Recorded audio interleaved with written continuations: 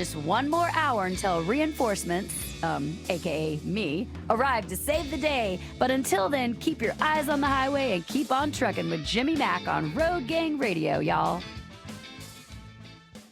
You should write Wednesdays also mean the longest running segment on RadioNemo.com on all of his platforms. That means Tech Talk with Robert Braswell, the executive director of the ATA's Technology and Maintenance Council, joins us as he always does as the host of Tech Talk. He's got a great guest for us today. We're talking parts and labor trends. Robert Braswell, the Braz, is in the house. Good morning to you, sir. Well, good morning, Jimmy Mack, and it is great to be back here for Tech Talk with TMC. As you mentioned today on the show, we're going to cover the very nuts and bolts of maintenance management, and that's by reviewing the latest in parts and labor cost trends for repair and maintenance. And today we welcome back to the program one of the folks who help us do all that, and is Jack Poster. He's TMC's VMRS Services Manager, and Jack's been with TMC more than 18 years, and he's a recipient of our highest honor, the Silver Spark Plug. We're going to, as I said, we're going to talk about how we gather this parts and labor data and what it means to you, the listening audience, and how we use it to aggregate it using the vehicle maintenance reporting standards to get information from all sorts of different various vocations and operations, really slice it and dice it in a way that's meaningful to a wide audience. Before we get started, though, Jimmy Mack, as you know, each week we like to make a special offer available to our listeners, and this week it's our preventive maintenance manual for technicians. We're going to offer it for the special price of just $25 plus shipping and handling. That is our primer on everything you need to know about preventive maintenance inspection for Class 7 and 8 commercial vehicles, tractors especially. To order, you can call us toll free at 1-866-821-3468, or just shoot us an email at tmc@trucking.org. Mention Radio Nemo. You can get it today for that special price. Additionally, if you're an owner-operator or you're a small fleet, got 100 or fewer power units, we would love to have you as a member of the Technology and Maintenance Council, and you can join today for the discounted annual dues of just $150. Do that, you're going to get our recommended practices manual. That's 4,000 pages of just about everything you can think of when it comes to maintenance, repair, and specification of commercial vehicles. Plus, there's many other great benefits to joining TMC as well. So call that same toll-free number if you're interested in signing up with us. And at the top of the program, we always remind our listeners that any recommended practices we discuss reflect the consensus of our members. We offer them as recommendations only, and everyone must first determine for themselves if they are safe and appropriate for their operation. Please remember that TMC doesn't endorse any product, person, or service, and the opinions expressed on the show are those of the individual and not necessarily the opinion of his or her company, nor TMC, unless stated otherwise. And with all that out of the way, please welcome to the show Jack Poster. Good morning, Jack. Morning, Robert. Great to be back on the air with you. So quarterly, we release a report from the Technology and Maintenance Council and Decisive, our partner in this endeavor, where we talk about trends for parts and labor. And in this last reporting cycle, that's the second quarter of 2025, we noted a downward trend. It's continuing, and it's been continuing since the third quarter of 2024. In fact, combined parts and labor costs, according to the Decisive TMC Parts and Labor Service Benchmark Report, says those costs decreased by 0.5% in the second quarter of 2025. And again, like I say, that's been continuing pretty much since the third quarter of 2024. It's a trend that is a positive, welcome statistic, but then there's some numbers behind that maybe not the best in the world. So you got to kind of have to take the good with the bad when it comes to this, don't you? Yeah, it's a double-edged sword. Everything is flat. It's reflecting there's a drop in tonnage and mileage levels. So with not as much product going out, of course, then your parts and labor aren't going to be as high. So things are just trending flat. So like you said, it's a double-edged sword. You got to get both together, and that's how it pans out at the end of the quarter like that. But it has been a downward trend. So what do you see as the cause of this downward trend in combined parts and labor costs? Well, the way I look at it, I think there's still some confusions with tariffs. That's still in there. The people are still a little fearful with the economy.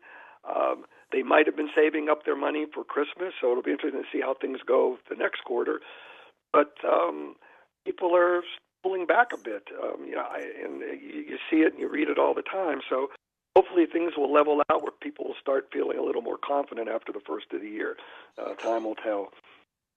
What are the contributing factors than just the falling parts costs of this? At one time it was that parts were the most expensive part of a maintenance operation, and labor was cheaper, and now it's the other way around. But parts are still significant. I think there was something like a 0.3% drop in falling parts costs over the quarter. What do you see as causing that, or is it just basically a blip? It's a blip because labor costs also came down lately. So once again, I hate to keep using the word tariff, but that could be, I think we're finally leveling out with that and accepting what the costs are. And then some finding the costs haven't risen that much. So the tariffs might not be as, cost-wise when it comes to the cost of things. But parts and labor have been fluctuating in that regard. Not that much, but they are dropping a bit. Yeah, it seems like prices have stabilized, and then there's lower mileage, like you mentioned. Lower mileage reduces parts usage. If if you're not hauling as much freight, you're not putting as many miles in the vehicle, you're probably not going to wear out as many parts, and that's probably. But again, 0.3%, not a huge number, but certainly it's better than what we were seeing during COVID, when you were seeing double-digit increases in some cases and shortages. So that's definitely Since we've been discussing this, we have seen quite a drop in things and leveling out. So you're right. From COVID years to this, it's quite a difference. That's for sure. So parts costs, we can kind of figure, not as many vehicle miles. 1.2% increase in labor costs. That's a bit more of a jump. What's causing that? Well, this is something since I've been at TMC for 18 years. It's the workforce pressures. A fleet or a service provider has to continually attract and retain technicians. You have to keep moving, and you have to sweeten the offers. It's like a sports team. If you own a football team or you're an owner, to get the better players, you have to pay a little bit more money. And there's only X amount of players and technicians out there, so it makes it difficult to find that sweet spot, how many technicians you have versus what you're paying. And you have to attract new people because of people that are retiring. So it's an ongoing event that fleets and service providers have been dealing with for quite a few years. So the vehicle maintenance reporting systems, we call it VMRS for short, that's something that we use to slice and dice the different repair order data that we get back in from all sorts of different sources. And it's very useful because we can look at very granularly at areas in terms of geography, vocation, which different part systems or labor systems are costing more than others. So it's not just all lumped into one bucket. And that's one of the real useful things of the Decisive TMC report, is that we're able to parse that out into over 25 different VMRS systems. So which VMRS systems in the latest report saw the highest quarterly combined parts and labor costs? In other words, what's been eating people's lunch the most?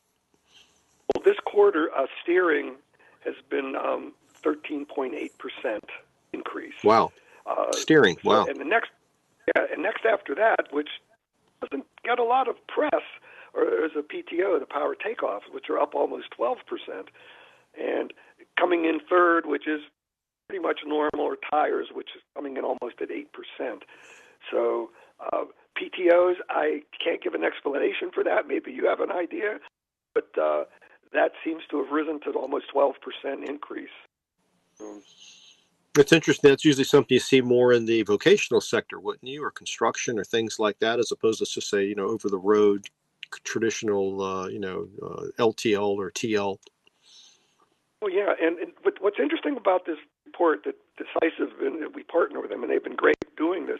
This is 30-plus pages of this information, and they do cover vocational fleets also, so it's just not over the road. So it gives you a full picture of what's going on the highways. And you're right, that's where the PTOs would come in on the vocational side of things. But this report is just, it has grown, and it has gotten so much more information over the years. And now, like I said, it's 30-plus pages. It covers everything. Interesting to note, though, drive shafts was on that list, a little bit lower, about 3.8% in terms of highest quarterly increases in combined parts and labor costs, but it was among the only system, as far as I can see, that had the highest combined cost increase for the two most recent quarters. So something's going there with drive shafts in the last couple of months. Let's say 6 months. And that trend. that goes back to vocational use also. I think there might be a little bit more on that in that area in vocational use than in regular over the road. But that is, you're right, the one area that went up in both areas. So let's take a look at the flip side of that 45. What systems showed the largest quarterly decreases? Well, the decrease, the highest decrease, that's a tough one to get out, so excuse me on that one, are the aerodynamic devices. We're down 16%. And then there's a big drop-off, just general accessories, we're at 7.5%. And good news in Maine is transmission, automatic transmissions came down 4%.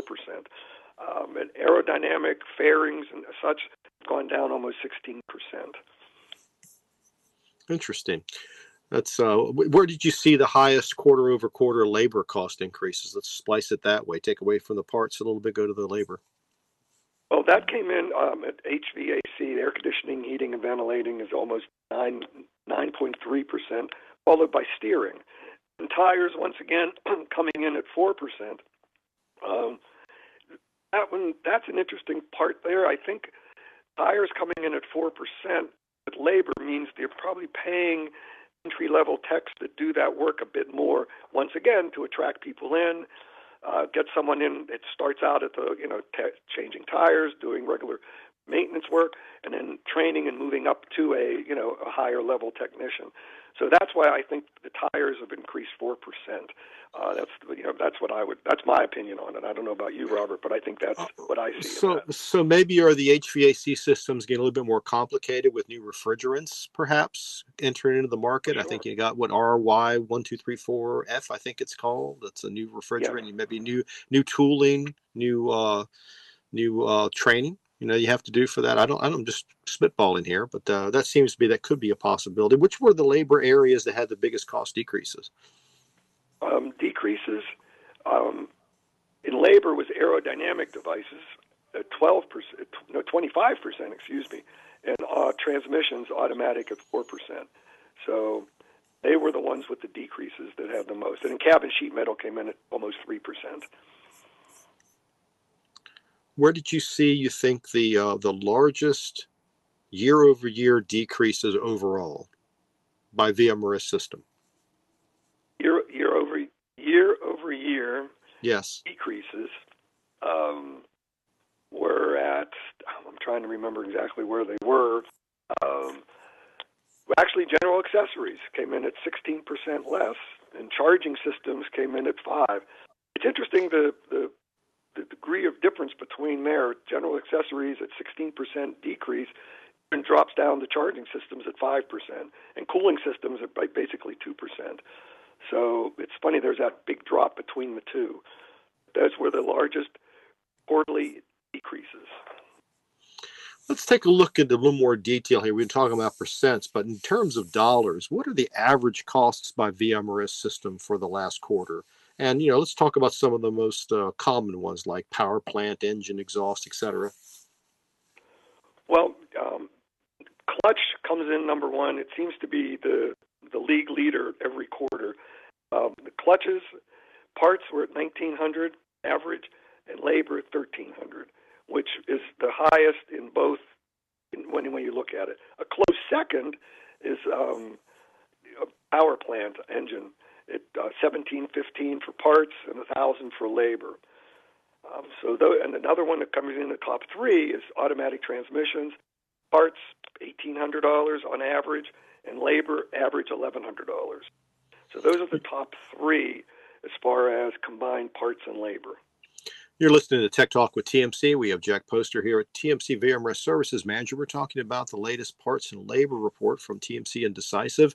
So that means basically if you have your typical repair order ticket, and you've got a clutch job that you're having done to your rig, the average cost is about $3,300. Now that's nationally. It's regionally, it can vary, and we do break that down in terms of geography, west, east, midwest, southeast, and so forth.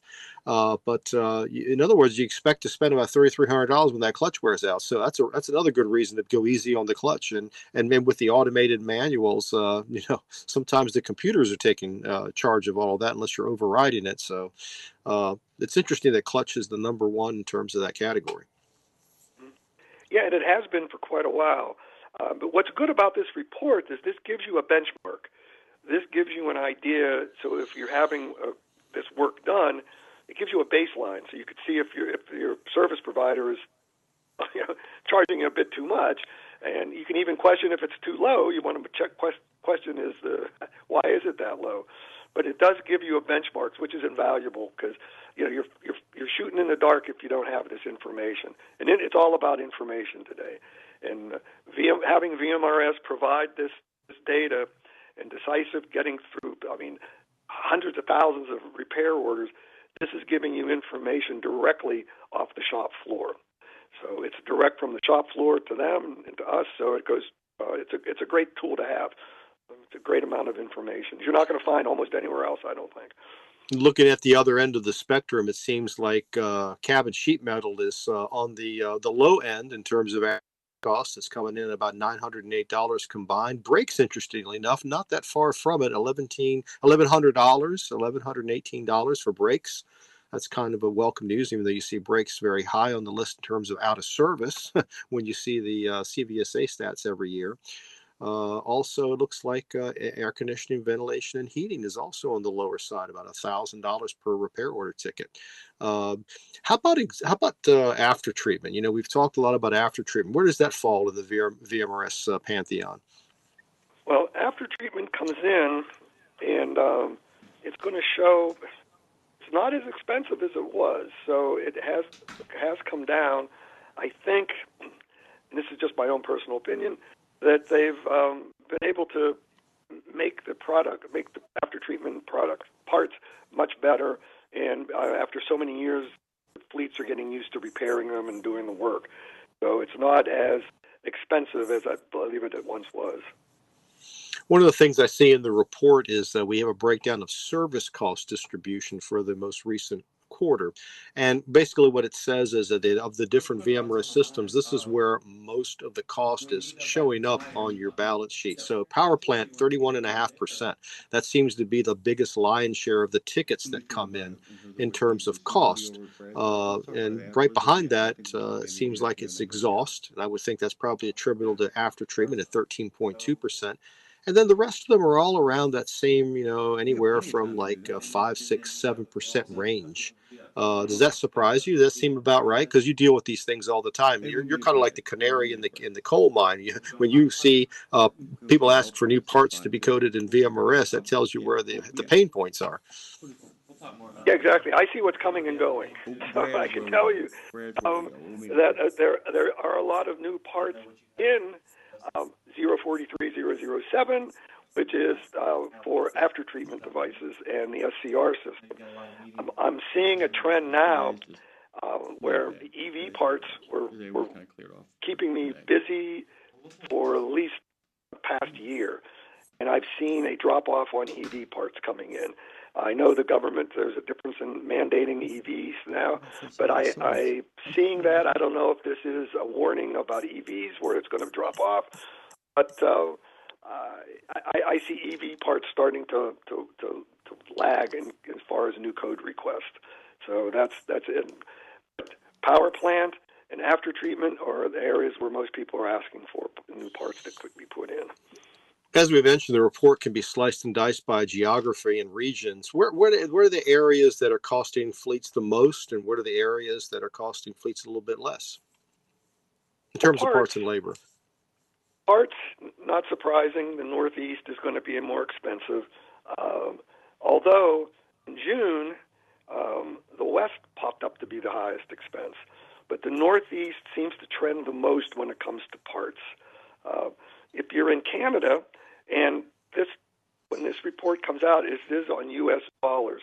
But Canada still does not have their quite a bit difference in cost prices. So, for example, the average parts repair costs in the Northeast are $1,020. This was in April, and Canada was $934. Now, for some reason, in June, in the West, parts jumped to $1,066, Northeast $1,024. And this one I can't explain. Maybe Robert, you can tell me. Canada jumped to $1,045. So I don't know if it's the problem of getting parts from the U.S. into Canada. I can't give an explanation now, but it was quite a bit jump. It went from $934, $968 to in June $1,045 for Canada. So basically what we're saying is in the month of June in the Midwest, you're maybe paying an average of $888 for parts costs on the average ticket, whereas in the West, it's $1,066. So there is a pretty significant difference from region to region. You're talking about maybe a delta of a couple $100. And that's something to factor in.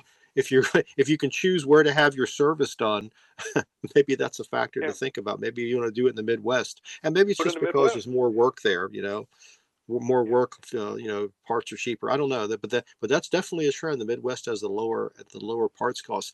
What about labor? It's a different story when it comes to labor. Labor, the league leader is the West. Now, I think maybe factoring in California and the logistics of getting parts to the West, but for the past 3 quarters, they have been well over $700. 1 month, the South was a little bit higher. But on whole, the West is the most expensive. And Canada, with labor cost, it's a big difference. For example, in June, out West, it was average labor cost was $767 a ticket. In Canada, $546. So, and the Northeast, which another one I can't explain, with labor is $649. So there's a big difference between out West and the Northeast. So it seems like the West is more expensive all the way around, but in the Northeast, you're saving a little bit on the labor, but you're making up for it in the parts, I guess, because that's where it's a little bit higher. Exactly. Midwest, on average, seems to be overall the market leader in terms of the most competitive when it comes to parts and labor. Interesting, though, that Canada on labor much less expensive than all the other areas in the United States. That's a really interesting phenomenon. Consistently lower. Consistently lower, that's right. But we've been talking about VMRS and how it helps us parse all this data. But why do we use VMRS to collect this, and why is it important for the listening audience? Well, I go back to what I said before. Information is vital. And VMRS, which has been in existence since the early 1970, fleets rely on getting the correct data. And VMRS levels everything out onto a level playing field. Descriptions are the same. I always use the analogy, VMRS is the musical notes of maintenance. It gives everybody the same information the same way. There cuts out on the misspelling. It could get as granular as you'd like. It goes right to the component. It gives you a reason why a part failed. So it's, like I said, it cuts down on typing time and putting into the system. And it's also useful for these kind of reports where the people putting reports together don't have to rely on the ever-changing part numbers that coming from a manufacturer that are always being superseded. They use one logical number. It reflects a brake drum or a slack adjuster or whatever it might be. And that way, irrespective of the part number, so that you can track it across manufacturer types and models and serial numbers and years, and it really evens it out. Yes, you don't have to be burdened with trying to figure out the part number. So it just makes it much easier for a fleet or a service provider to recall that information, to see trends too. It gives you an easy way to spot trends quickly without having to go through everything. And my other thing, it cuts down on misspelling. How many times on a repair order does somebody spell brake, B-R-E-A-K? And, I mean, it can happen. So so it makes it much easier to use, and it's been around, like I said, since the 70s, and it's still going strong. So it's here to stay, I believe. The decisive TMC Parts and Labor Service Benchmark Report. It's based on comprehensive service data. Tell us a little bit about everything that goes into that. What's backing up that report in terms of data? Well, decisive, which these numbers are pretty amazing. They cover more than 7 million assets, and there's 300,000 monthly maintenance and repair events at more than 5,000 service locations. So Decisive is pretty well known and a very trusted company and in use throughout the industry. So they really have used VMRS for many, many years and work with TMC. They're great members and great to work with.